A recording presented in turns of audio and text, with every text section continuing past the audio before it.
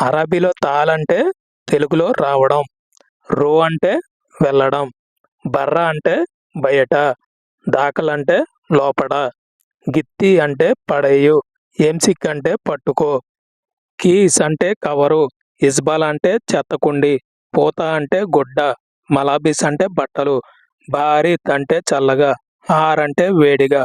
fee అంటే ఉంది, మాఫీ అంటే లేదు, మాయ్ అంటే నీరు, కలాం అంటే మాట్లాడు, బేత్ అంటే ఇల్లు, గుర్ఫా అంటే రూము అండ్ గది, ఎంత అంటే మీరు, ఇంతి అంటే నువ్వు, నోమ్ అంటే నిద్ర, గూమ్ అంటే లెగు నిలబడు,